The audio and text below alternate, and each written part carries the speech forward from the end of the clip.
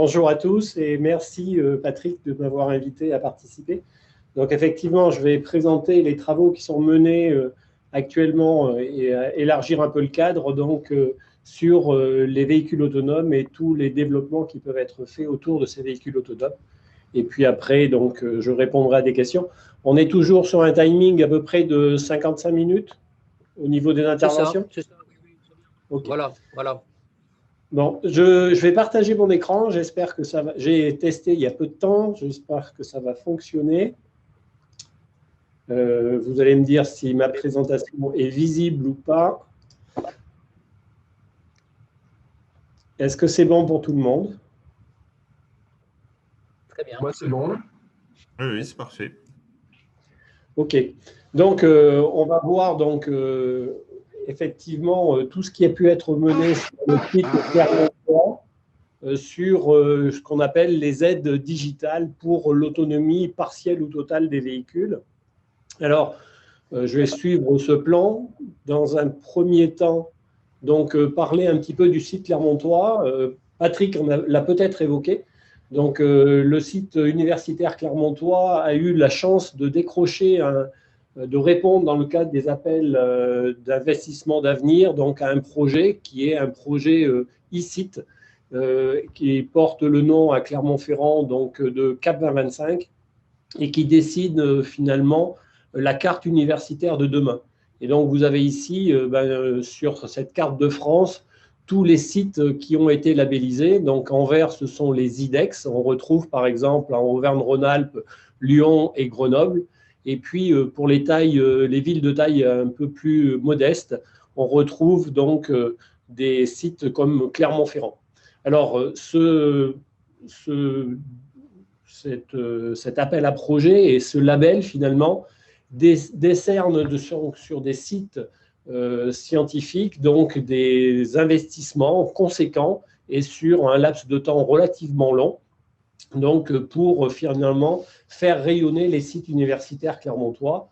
Et donc Clermont est tout à fait dans cette logique, en sachant que le projet scientifique CAV25, d'un point de vue science, est adossé sur 4 challenges, un sur l'agroécologie, un sur la mobilité performance de santé humaine, les risques volcaniques, et puis un dernier que j'ai la chance d'animer, qui est systèmes et services innovants pour les transports et la production, dans lequel se situe le LabEx Immobest 3 dont a parlé Patrick en tout début de mon intervention.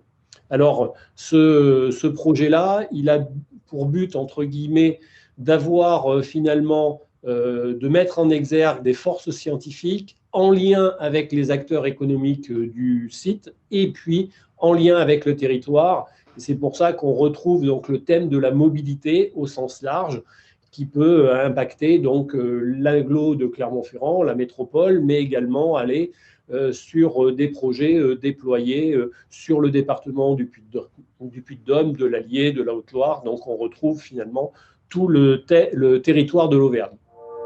Alors,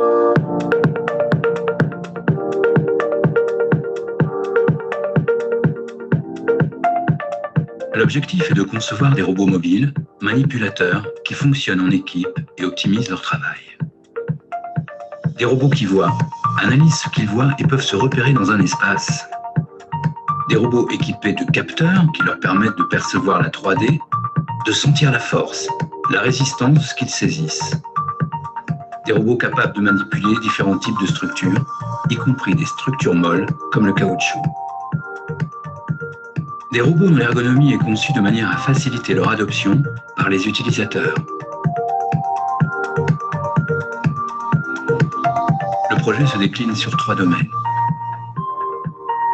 L'un des objectifs du projet est de poursuivre le développement de navettes autonomes qui se basent sur des points de repère variés pour reconnaître les lieux et définir leur trajet. Adaptés à la circulation des personnes dans des sites protégés, les grands sites industriels, campus, parkings d'hôpitaux, aéroports, ces véhicules pourront travailler en flotte et optimiser leur trajet et la gestion des demandes des différents usagers.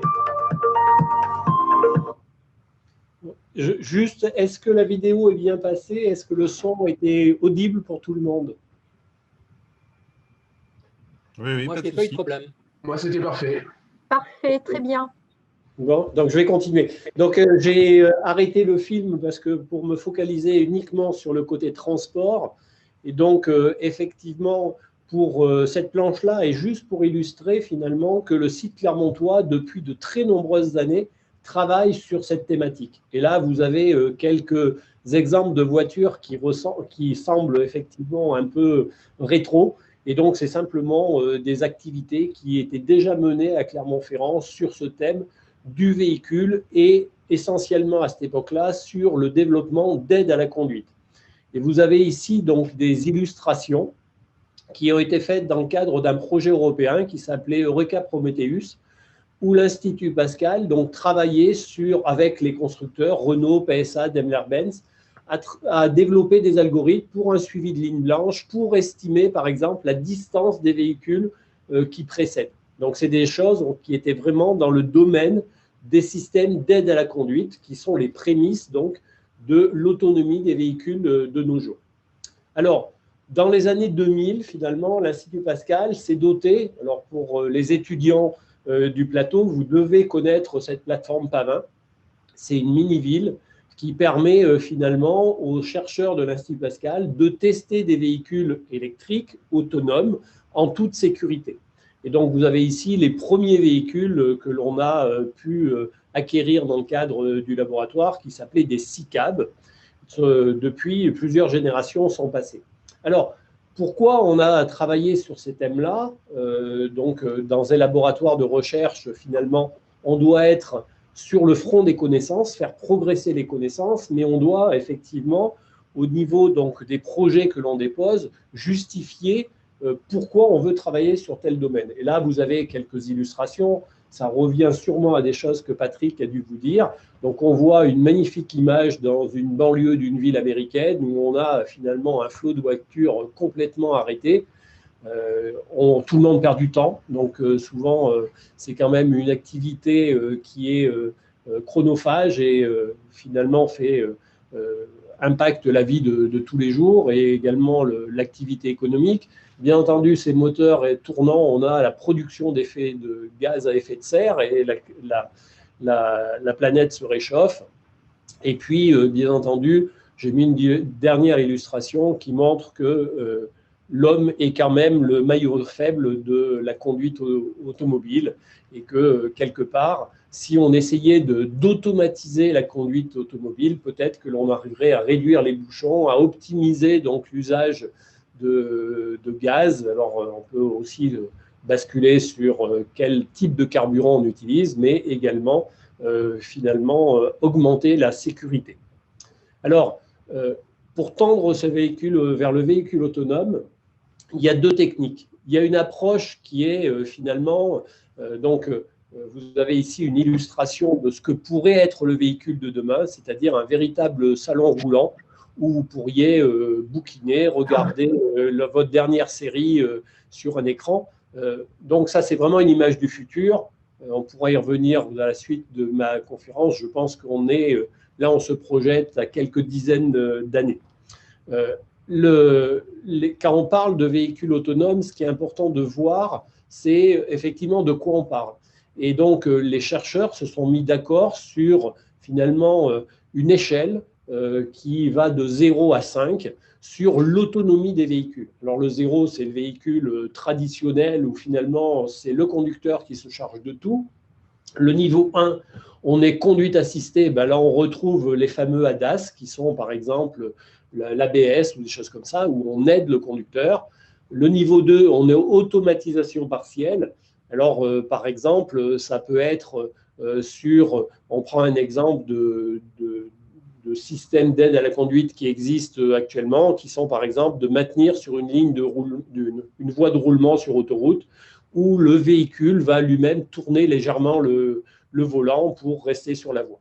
Après, on monte sur quelque chose de plus important qui est l'automatisation conditionnelle. Ça veut dire que là, on confie à le véhicule finalement une certaine tâche et on va retrouver par exemple le parking automatique que l'on voit déjà sur certaines voitures. Et niveau 4, niveau 5, enfin, niveau 5, c'est l'autonomie complète. On est capable d'appeler sa voiture avec un smartphone et elle vient vous chercher. On serait capable d'envoyer une voiture chercher des enfants à l'école. C'est quelque chose qui peut faire peur. Et niveau 4, c'est finalement des automatisations, mais dans des cas particuliers. Et j'aurai des illustrations plus tard. Alors, il y a deux approches que l'on découvre actuellement pour tendre vers véhicules autonomes. Il y a, je dirais, ce qui est suivi par les constructeurs automobiles, c'est-à-dire qu'ils pensent que les ADAS, les systèmes d'aide à la conduite, vont progresser et, au bout du bout, arriver aux véhicules autonomes. Donc ça, on retrouve Toyota, Nissan, Volkswagen sur ce type de démarche. Donc là, vous avez donc un véhicule qui, finalement, illustre bien tout ce qui est système d'aide à la conduite. Vous avez un haut de gamme allemand avec des caméras, des barrières ultrasonores, finalement énormément de choses. Et donc, c'est tous ces systèmes d'aide à la conduite qui assistent le conducteur. Ça commence par les airbags, ça commence l'ABS, l'EPS, les barrières ultrasonores, franchissement de ligne blanche, tout ça. C'est effectivement des aides. Et on voit qu'effectivement, si on progresse, on pourrait tendre vers l'autonomie. Juste cette image pour dire que les constructeurs se sont mis d'accord sur finalement 4 types de capteurs qui vont tendre vers l'autonomie du véhicule et qui servent à percevoir l'environnement. Donc, c'est les ultrasons, c'est les caméras vidéo, c'est les lidars qui sont des systèmes de mesure de distance 3D et puis les radars. Et donc, sur tous les véhicules demain qui vont tendre vers l'autonomie, on trouvera ces 4 types de capteurs. Alors, je vous parlais tout à l'heure d'exemples d'autonomie qui existent. Là, on est niveau 4. La première vidéo, c'est une vidéo donc, qui est réalisée par VTCOM, qui est un institut en région parisienne dédié aux véhicules autonomes, avec lequel on collabore. Et là, vous avez un exemple de ce qu'on appelle low speed following, qui permet de suivre un véhicule qui vous précède en ville. Donc, quelque part, vous dites à un moment, vous enclenchez le système en disant « suis le véhicule qui me précède ». Ça veut dire que, par exemple, si vous êtes coincé sur le périphérique parisien, vous aurez plus à démarrer, arrêter votre véhicule, vous irez à la vitesse du flot. Le deuxième exemple, c'est quelque chose qui est présenté par Valeo et qui est vraiment un véritable valet de parking. Donc, c'est-à-dire que là, vous pouvez laisser votre voiture à l'entrée du parking. Le parking est équipé des capteurs qui vont bien et votre voiture va se garer toute seule. Donc, va franchir la barrière, elle reconnaît votre plaque d'immatriculation, sait que vous êtes autorisé à rentrer dans le parking et elle va aller se ranger, soit à une place dédiée, soit à la première place libre. Et en fin de journée, vous allez pouvoir rappeler votre voiture qui va sortir toute seule du parking et qui va venir vous rechercher donc, à la sortie du travail. Et puis, la dernière illustration qui a été quelque part présentée par Citroën, c'est finalement une conduite autonome sur site autoroutier. Donc là, vous voyez que le conducteur lâche le volant et le véhicule se pilote tout seul dans un environnement qui est quand même relativement sécuritaire, même si il roule à des vitesses un peu élevées.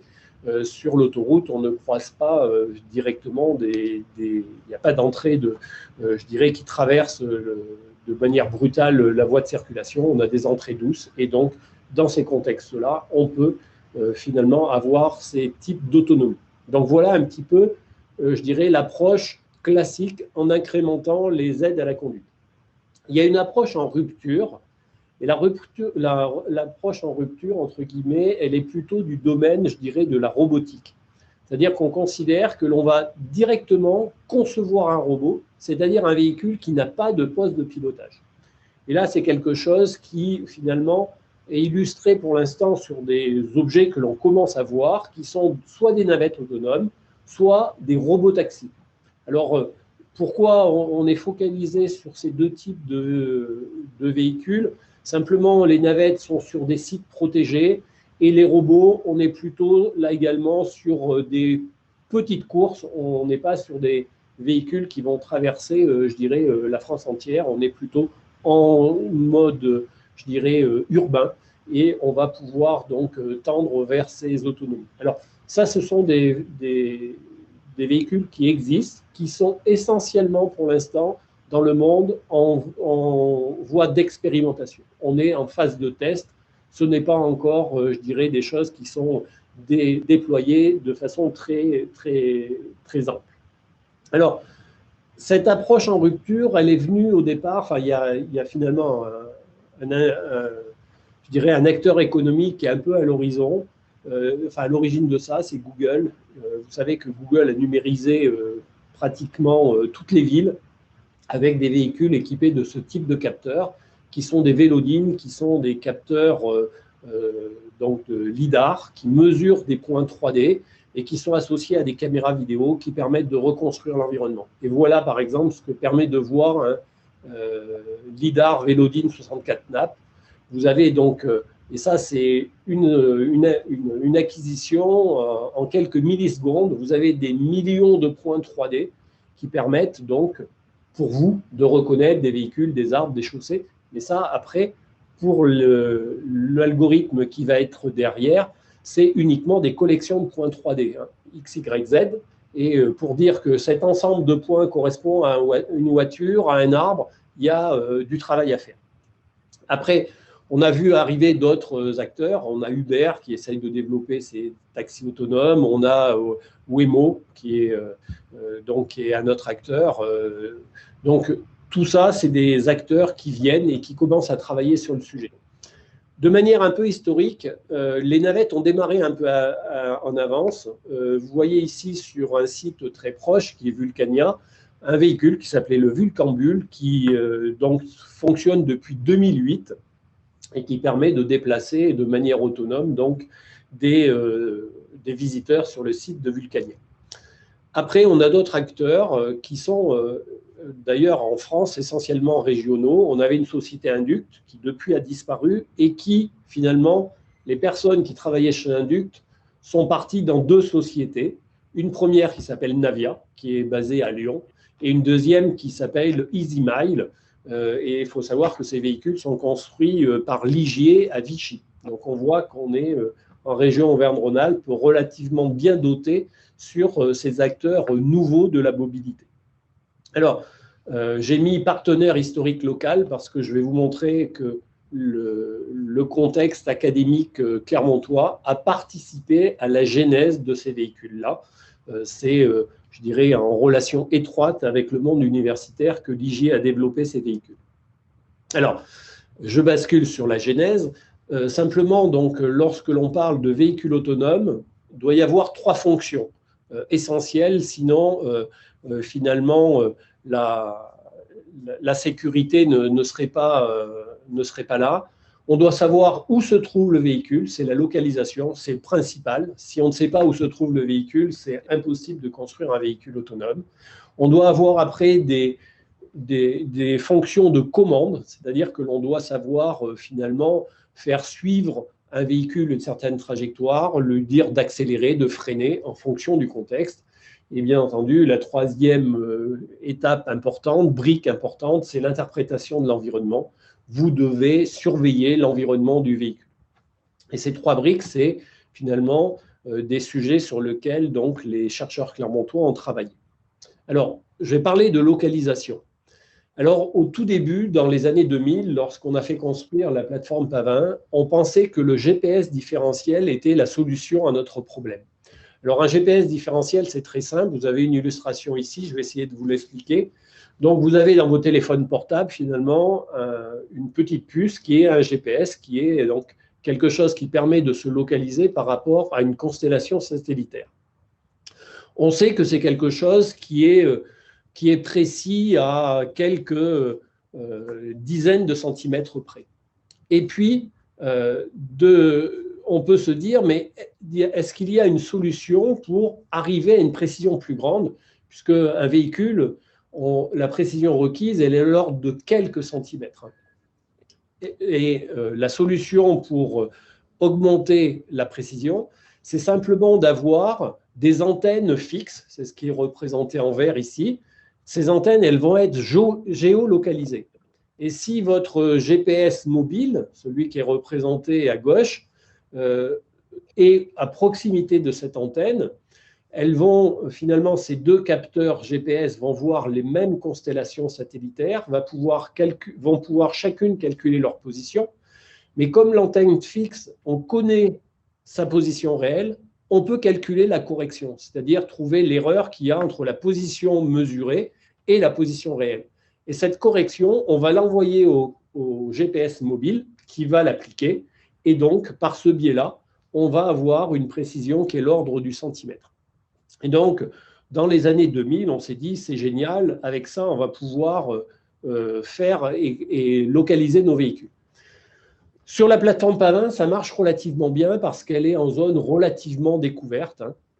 Mais finalement, on a été très souvent sollicité par la municipalité et la communauté d'agglomération pour descendre avec nos véhicules dans le centre-ville historique de Clermont-Ferrand. Et on s'aperçoit que dans la rue du Port, la rue des Gras, ben finalement, la constellation finalement satellitaire est déjà alignée avec la rue. Ce n'est pas des très bonnes dispositions, puisque finalement, c'est une espèce de triangulation, et si on est dans un même plan, ce n'est pas très précis. Et deuxièmement, les ondes d'échange avec les satellites peuvent rebondir sur les façades, et en fin de compte, on a une position qui est erronée. Et donc, on s'est aperçu que le GPS différentiel n'était pas la solution.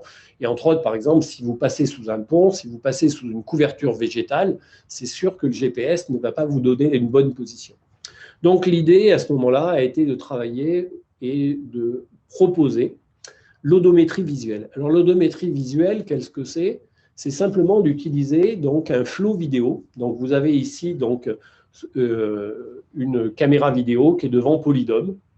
On s'est posé la question, est-ce qu'avec cette séquence vidéo, on était capable de remonter au mouvement de la caméra? Alors, c'est quelque chose qui est contraint, vous allez le voir. Ce qui est important, donc ici, vous avez deux images d'une séquence où finalement le véhicule a avancé.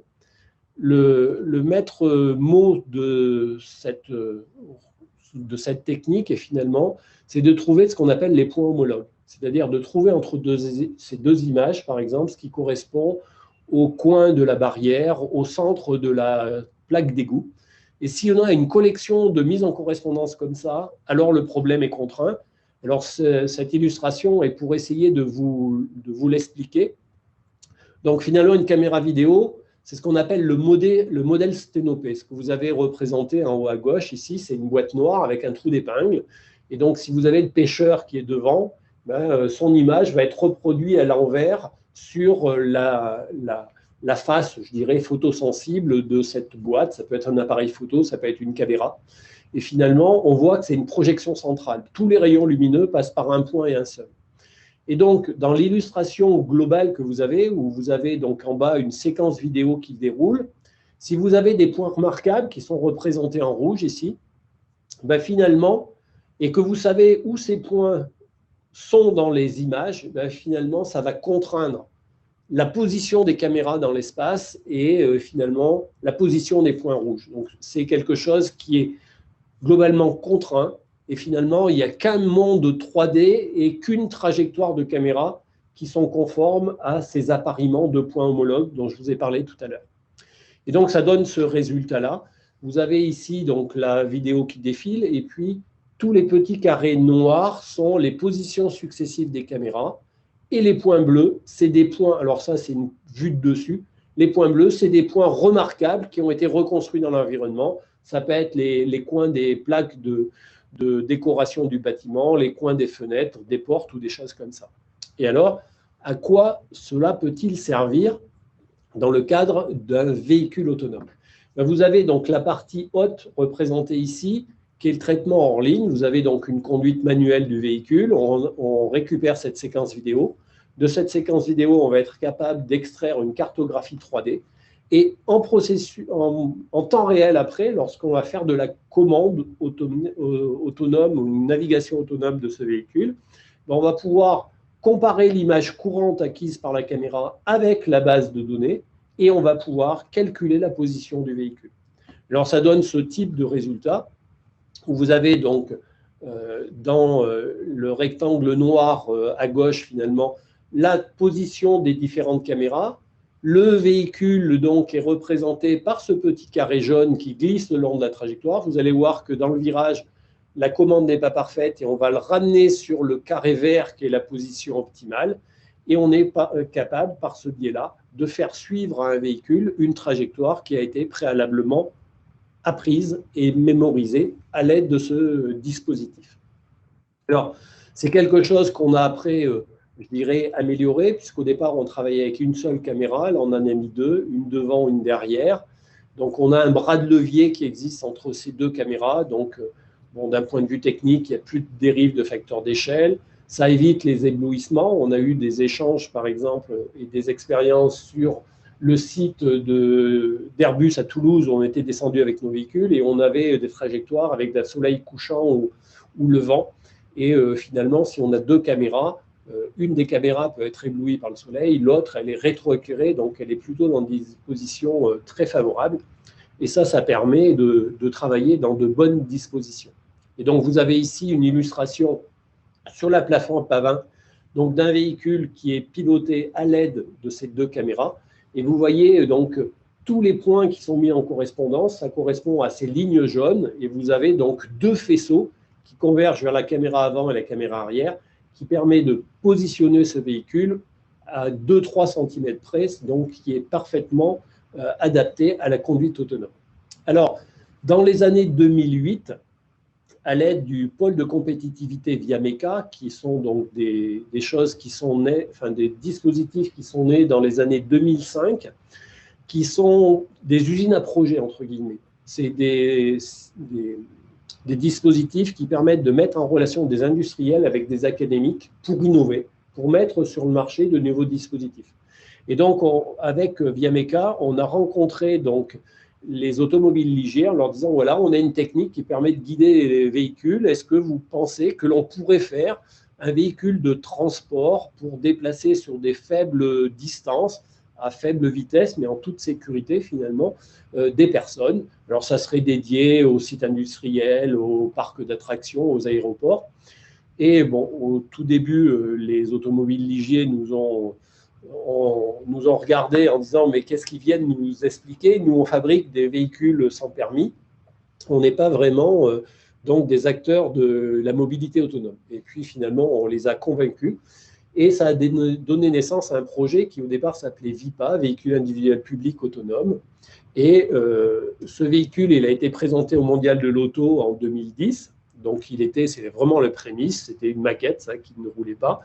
2011, on était au Challenge Bibendum à Berlin, où on a pu mettre en œuvre ce véhicule avec sur le Tempelhof, qui est l'aéroport de Berlin, donc une démonstration pendant la semaine du Challenge Bibendum, avec donc cette illustration de cette technique. On a eu la chance après de développer ce dispositif sur un projet donc, qui était monté avec Clermont Métropole pour tester donc, ce type de navette sur le CHU Estin avec donc, une liaison entre les parkings qui sont couverts par des panneaux solaires tels que vous voyez sur l'image en haut à gauche là, vers le parvis. Et ça a permis pendant 6 mois de tester ce véhicule. Alors, ça a été le lieu de travail de laboratoires de sciences humaines et sociales qui ont regardé, qui ont questionné. Et suite à ça, les automobiles légers sont repartis d'une page blanche et ont créé l'EasyTen, dont vous avez déjà vu une illustration tout à l'heure. Et là, vous voyez donc en 2014, en novembre 2014, donc fin 2014, début 2015, au Challenge Bibendum en Chine, à Chengdu. Donc ça, simplement pour vous illustrer qu'entre une thèse débutée au laboratoire vers 2003 et un produit 2014-2015, il s'est écoulé pratiquement 10 ans. Et on est arrivé à un produit qui est actuellement produit et testé dans différents endroits du monde. Alors, ce qu'on peut dire, c'est qu'aujourd'hui, la technologie de guidage par caméra vidéo, c'est quelque chose qui est mûr, qui fonctionne. On continue à l'améliorer au laboratoire. Les navettes autonomes, c'est quelque chose qui peut être déployé sur des sites protégés. Alors, pour l'instant, il y a plein d'expérimentations qui sont menées aux 4 coins du monde, mais il y a à chaque fois un groom à bord. Et bien entendu, là, c'est quelque chose qu'il faut arriver à modifier parce que si vous avez donc une personne à bord, un employé à bord, le modèle économique de ces navettes autonomes est un peu difficile à concevoir. Donc, je vais continuer sur les aspects scientifiques, bien entendu. Laboratoire, donc il y a eu ce transfert vers les automobiles Ligier. Nous, en tant que scientifiques, on continue à travailler.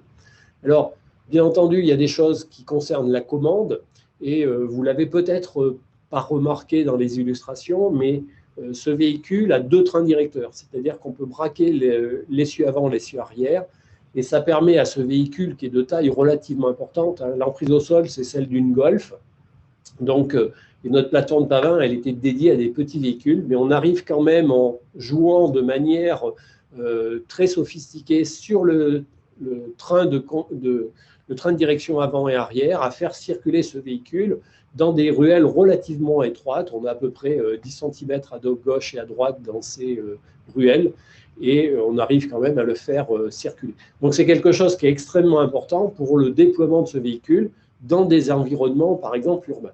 Et puis les sujets sur lesquels on travaille actuellement, c'est l'évitement d'obstacles ou la marche en convoi, où par exemple le premier véhicule pourrait être conduit si on doit à tout prix avoir un conducteur à bord, et les suivants sont par accroche immatérielle. Le dernier point sur lequel on travaille, qui est vraiment l'aspect sur lequel on a mis vraiment un focus important ces dernières années, c'est sur l'interprétation de l'environnement. Bien entendu, savoir qu'est-ce qu'il y a autour des véhicules, c'est extrêmement important pour la sécurité, bien entendu. Vous avez dû tous entendre parler d'expérimentation avec des véhicules autonomes, et malheureusement, il y a déjà eu donc des accidents mortels avec des véhicules autonomes. Tout repose donc sur l'interprétation, la perception de l'environnement. Alors, il y a quelque chose qui est nouveau et qui finalement a marqué ces dernières années, c'est l'arrivée de ce qu'on appelle l'intelligence artificielle, et en particulier des réseaux de neurones. Donc, c'est des systèmes qui, finalement, dans un premier temps, sont entraînés. Donc, vous avez ici une collection d'images avec des pommes, des poires, des tomates et puis des animaux. Et on va entraîner ces réseaux de neurones. Et lorsqu'après, on va lui mettre une image test, une image requête en entrée, ça va vous dire, finalement, si vous êtes en train d'observer une pomme, une poire, une tomate. Donc, ça, c'est les premiers travaux qui ont été menés. Vous voyez que ces images, elles sont quand même assez, je dirais, structurées. Vous avez donc l'objet qui est en plein milieu, qui est bien isolé, c'est le seul. On est sur des fonds homogènes. Les animaux aussi sont très bien, je dirais, positionnés dans un cadre avec un contraste qui est fortement marqué. Donc ça, c'est les premiers résultats de réseaux de neurones. Depuis, de l'eau est passée sous les ponts, et il y a eu effectivement des progrès notables. Alors, un réseau de neurones, c'est quoi finalement? C'est simplement donc des connexions où vous allez avoir dans une entité finalement X entrées ici qui sont I1, I2, I3, IN. Et toutes ces entrées vont être multipliées par des coefficients, les fameux W1, W2, Wn. Ça va être sommé, ça va passer dans une fonction f, et ça va vous générer une sortie.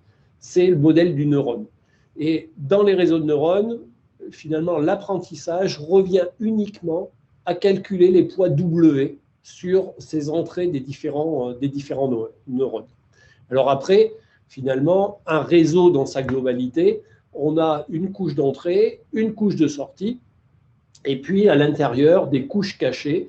Et on a donc toutes ces flèches qui correspondent donc je dirais, à l'entrée d'un neurone. Et sur chacune de ces flèches, on doit avoir finalement les pondérations W dont je viens de vous parler. Et donc, voilà comment se construit un réseau de neurones. Donc là, vous avez une petite vidéo où on voit donc les différentes couches du réseau de neurones, la couche d'entrée, la couche de sortie, les couches intermédiaires qu'on appelle couches cachées, et puis toutes les connexions. et on va entraîner ce réseau de neurones. Donc, on va mettre en entrée donc, une image, et chaque pixel de cette image va être analysé, va être une entrée sur un neurone d'une des couches cachées. Et donc, on voit ici que si on entraîne le réseau en mettant des images de chats, on va pondérer, calculer les W pour arriver sur le chat. Puis, si finalement, en entrant une image de chat, on a un chien, on va le savoir dans la phase d'entraînement et on va corriger le réseau de neurones en disant non, ce n'est pas un chien, c'est un chat. Donc, on va calculer ces différents poids pour arriver à dire non, c'est bien un chat. Et donc, on peut voir que ce réseau de neurones va se focaliser finalement sur des éléments qui sont discriminants pour ce qu'on est en train de classifier. Donc, pour un chat, ça peut être l'œil, le nez, la moustache, des choses comme ça. Et c'est ça que finalement, le réseau de neurones va trouver dans une image pour dire c'est un chat. Et à la fin, par exemple, si vous rentrez un chat que le réseau n'aura jamais vu, et ici vous avez un chat où finalement il n'est pas doté de poils, donc il y a un aspect un peu particulier, le réseau va quand même retrouver les yeux, le nez, les moustaches, les oreilles, et va se dire finalement, ça ressemble plus à un chat qu'à un chien, alors que ça peut être un peu ambigu. Donc voilà une illustration d'un réseau de neurones. Alors, ces réseaux de neurones, bien entendu, ont progressé de manière très significative ces derniers temps à l'aide de différentes choses. Déjà, au niveau des calculateurs. Finalement, il se trouve que les cartes graphiques qui initialement sont conçues pour des jeux vidéo s'adaptent parfaitement à des réseaux de neurones. Donc, comme on a des calculateurs dédiés aux jeux finalement sur ordinateur qui progressent de plus en plus ces capacités calculatoires augmentent pour les jeux vidéo, mieux c'est pour les réseaux de neurones. Et puis deuxièmement, il y a toute maintenant c'est des milliards d'images qui sont à disposition des chercheurs ou des personnes travaillant sur les réseaux de neurones pour faire de l'apprentissage, et ces images sont annotées. C'est-à-dire que dans ces images-là, on saura celles qui contiennent un chien et on aura détouré le chien et on saura que finalement, cette zone-là correspond à un chien, à un objet, une pomme, une personne. Et donc, on va pouvoir utiliser ça dans l'apprentissage. Et d'ailleurs, des fois, lorsque vous connectez sur Internet, pour savoir si vous êtes un robot ou pas, on vous demande de choisir dans une collection d'images, là où on trouve des feux tricolores, des passages piétons, des choses comme ça, vous participez indirectement, sans le savoir, à la constitution de bases d'images annotées. Ces bases d'images annotées, donc ça a été un progrès, mais il y a autre chose. Et vous avez ici une illustration où vous avez donc verticalement différents réseaux de neurones avec verticalement les erreurs. Et on voit qu'en 2010, le meilleur réseau de neurones, finalement, se trompait pratiquement une fois sur 3. Il y avait 28% d'erreurs sur une certaine base de données. Mais c'est finalement, il y avait 2 couches cachées. On voit qu'en 2011, il y a un léger progrès, mais on est toujours à deux couches cachées intermédiaires. Et puis, on s'aperçoit qu'après, on tombe sur 8, 19, 22. Et en 2015, ResNet, là, qui est un des meilleurs réseaux de neurones qui existent actuellement, on arrive à 152 couches cachées. Donc, on voit que c'est un nombre qui a explosé. Mais le pourcentage d'erreurs n'est plus maintenant que 3,5, alors que si on fait faire ces mêmes expériences aux des humains, en moyenne, on se trompe 5 fois sur 100. Donc, on voit que les réseaux de neurones, maintenant, sur des bases d'images, arrivent à des performances qui sont quasiment équivalentes à l'homme. Donc, c'est quelque chose qui est extrêmement important. Et on peut l'utiliser donc dans le cadre de la navigation autonome. Et là, c'est un réseau de neurones qui a été finalement entraîné pour qu'il nous donne une interprétation de chaque pixel d'une image. Donc, les pixels étiquetés en rouge sont des personnes. Les pixels étiquetés en bleu foncé, c'est des voitures. Les pixels en rose, c'est les trottoirs. En vert, c'est les arbres. Et on s'aperçoit que ce réseau de neurones, il est capable finalement de labelliser chacun des pixels. Et donc, si par exemple, vous voulez après dans un véhicule autonome, suivre les véhicules autonomes, les véhicules qui vous précèdent ou qui sont à votre voisinage, de savoir sur quel pixel de l'image il faut se focaliser, c'est extrêmement important. Et vous avez ici une autre illustration, donc c'est des résultats issus du laboratoire en collaboration avec le CEA. Vous avez en haut, donc, bon, c'est une séquence vidéo, en haut vous avez ces rectangles verts qui sont donc des zones dans lesquelles on sait qu'il y a un véhicule. Et en bas, vous avez carrément le parallélépipède englobant ce véhicule avec sa position dans l'espace. Donc ça vous donne la distance à laquelle se trouve ce véhicule et la direction vers laquelle ce véhicule se déplace. Donc c'est quelque chose qui est extrêmement important, bien entendu, dans la conception d'un véhicule autonome. Donc c'est les différents progrès sur lesquels on a pu avancer. Et donc, ça permet d'aller plus loin. Alors, pour terminer et respecter pratiquement le temps des 55 minutes en laissant 10 minutes pour des questions, au niveau conclusion, je vais vous passer un petit film qui résume un petit peu toutes ces avancées et qui ont été tournées dans le cadre d'une réunion internationale qui s'est tenue à Versailles en fin 2019, donc c'est tout récent, où finalement c'était le véhicule intelligent qui était en exergue et le laboratoire, la place clermontoise, est monté en force à ce congrès-là international pour montrer les réussites du site. Alors ça a été enregistré par Le Monde et le CNRS. D'étranges véhicules roulent sur ce circuit de la ville de Versailles. Malgré leurs formes bien différentes, ils ont tous un point commun. Ils n'ont pas besoin d'un humain au volant. Nous sommes à la rencontre mondiale des véhicules intelligents qui réunit industriels et scientifiques. Le partenariat entre la recherche fondamentale et puis l'industrie, c'est de là que naît l'innovation. Si on parle du véhicule autonome, on est vraiment dans un enjeu mondial. Tous les pays s'intéressent à la mobilité autonome, bien sûr les pays qui sont constructeurs automobiles, mais aussi tous les pays qui sont aujourd'hui face à des enjeux de mobilité qui sont importants. Malgré les dernières avancées technologiques plutôt encourageantes, l'arrivée des véhicules complètement autonomes sur nos routes n'est pas pour demain. De nombreux défis scientifiques restent à relever.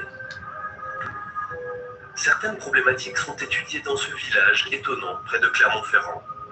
Il n'y a pas d'habitants ici, mais des routes, un rond-point et même une rue du CNRS. Ce circuit expérimental de l'Institut Pascal permet aux scientifiques de tester leurs prototypes en conditions réelles. Les problématiques scientifiques sur lesquelles on travaille sont de différents ordres. Déjà, un véhicule autonome a besoin de plusieurs fonctions. On doit déjà trouver des moyens de localiser très précisément des véhicules pour qu'on puisse savoir s'il est sur la chaussée, sur un trottoir, dans un parking. On travaille aussi sur des algorithmes de contrôle-commande, donc c'est du travail pour les automaticiens, où on peut respecter donc des trajectoires à suivre, des évitements d'obstacles. Et puis l'élément peut-être sur lequel actuellement la communauté travaille le plus, c'est la compréhension fine de l'environnement dynamique d'un véhicule pour essayer donc de robustifier, de sécuriser et de pouvoir détecter tous les obstacles potentiels pour un véhicule. Pour comprendre l'environnement, tel que le ferait une conductrice par exemple, le véhicule autonome doit s'entraîner à reconnaître obstacles, piétons et tous les éléments qui l'entourent. Pour cela, les scientifiques utilisent une technique d'intelligence artificielle, l'apprentissage profond, ou deep learning, basé sur des réseaux de neurones informatiques. Le réseau de neurones, c'est ni plus ni moins qu'un programme mathématique sur un ordinateur. Donc on joue sur les paramètres de ce programme-là. Alors aujourd'hui, les réseaux de neurones vont dialoguer avec des systèmes décisionnels, c'est-à-dire le système qui va prendre par exemple la décision de dépasser un véhicule, la décision de freiner parce que le véhicule devant est beaucoup trop proche, la décision d'avoir un freinage d'urgence parce qu'il y a un piéton. Et donc on comprend bien que dans de telles décisions, il ne faut pas se tromper une fois sur 100, il ne faut pas se tromper une fois sur 1000, il faut vraiment jamais se tromper. Aujourd'hui, on est conscient que les réseaux de neurones sont très performants, mais on est capable de les tromper. Entraîner l'algorithme consiste à lui présenter un grand nombre d'images de personnes, de voitures, de sacs à main et autres objets courants pour qu'il apprenne à les reconnaître dans différentes conditions et en temps réel. Le programme développé par l'équipe de l'Institut Pascal présente l'avantage d'être particulièrement efficace sans trop consommer d'énergie. On retrouve le programme dans ces navettes autonomes. Elles se localisent dans leur environnement et distinguent les éléments autour d'elles.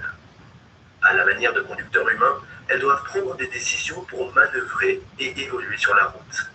Dans cette expérience, une navette doit doubler un autre véhicule.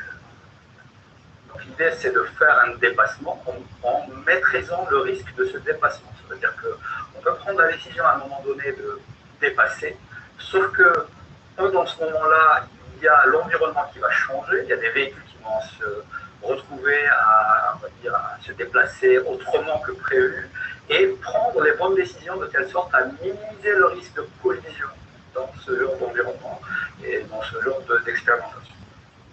L'idée, c'est d'arriver à trouver le bon compromis, de telle sorte à naviguer et garantir le minimum de risque sur le véhicule. La gestion du risque est un verrou technologique majeur qui intéresse particulièrement la recherche fondamentale. Les roboticiens développent des techniques permettant de quantifier le risque sous forme de pourcentage. La probabilité que l'information sur l'environnement, et donc les prises de décision qui en découlent, soit fiable.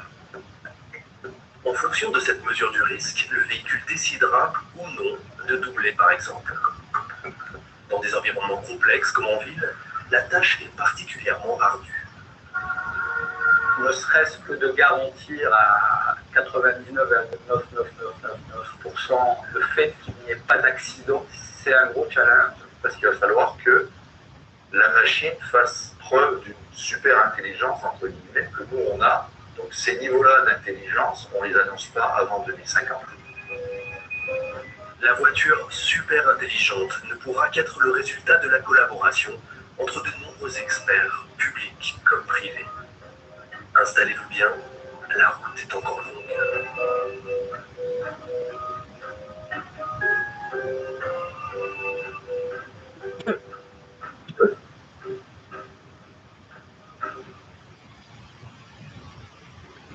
Donc voilà une illustration, enfin, et un résumé de ma conférence, alors qui montre effectivement des progrès au niveau, je dirais, technologique. Après, bon, pour terminer, il faudrait effectivement se poser la question, si on est dans le cadre d'Orbimob, donc de l'usage du véhicule autonome, qu'est-ce que ça va apporter au niveau de la mobilité? Alors, on peut imaginer effectivement que si beaucoup de véhicules sont autonomes, on aura une régulation des flux qui seront beaucoup plus performantes et donc on pourra éviter finalement sûrement un nombre important d'embouteillages. Également, on peut se poser la question de l'usage du véhicule autonome. Et là, c'est quelque chose qui, à mon avis, peut faire changer les acteurs principaux de ce domaine. C'est-à-dire que, est-ce qu'un véhicule autonome sera toujours un véhicule privé ou est-ce qu'un véhicule autonome sera un véhicule partagé?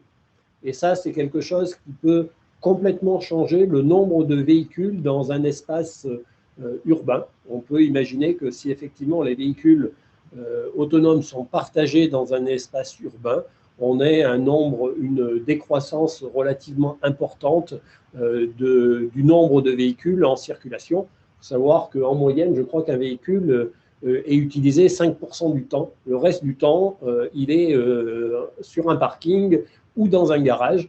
Donc, on a 95% du temps où il pourrait être dédié à une autre tâche. Voilà. Et puis, donc vous avez vu que et d'ailleurs, on peut se dire qu'à ce moment-là, si on tend vers le véhicule autonome partagé, on est un changement finalement des acteurs. On peut se poser la question de savoir si demain, ça ne sera pas Google, Apple, qui seront des fabricants de véhicules autonomes et pas les constructeurs traditionnels. C'est quelque chose qui est extrêmement important parce que le côté statutaire de posséder un véhicule, lorsque c'est un véhicule partagé, c'est quelque chose qui est beaucoup moins important. Vous avez vu tout à l'heure, par exemple, la véhicule Google avec ce champignon sur le toit.